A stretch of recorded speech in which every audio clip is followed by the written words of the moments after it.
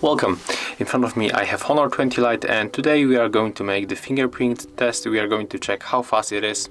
So as you know, on the Honor 20 Lite you got the fingerprint sensor on the back cover, right? So let's try to open it for a few times.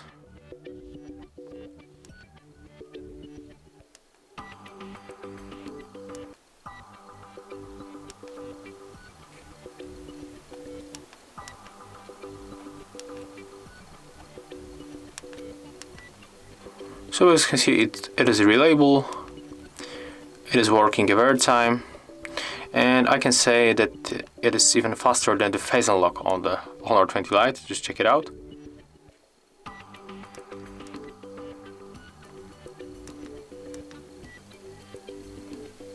Yeah, definitely it takes much longer than putting finger on the back cover on the fingerprint sensor.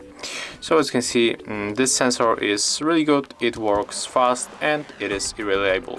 Thank you guys for watching. Leave thumbs ups, comments and subscribe to our channel. See ya!